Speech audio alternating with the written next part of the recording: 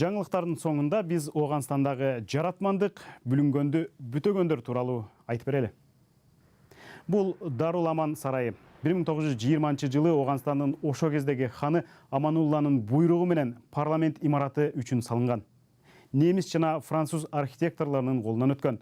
Бирок тарыхый имаратты 1969-78 жылдары өрт жалмаган. Кийин Оганстанда ондогон жылга созулган куралдуу кагылыштардын кайгылуу эстелигине айланды. Ок тийип бомба ойду. Талиптер дагы бир ирет өрттөп кетишкен. 2016 жылы Оган өкмөтү $10 миллион бөлүп, ак сарайды реконструкциялоону баштады. Имарат дээрлик бүтүп калды. Калыбына келтирүү иштеринин 90% аткарылды десек да болот.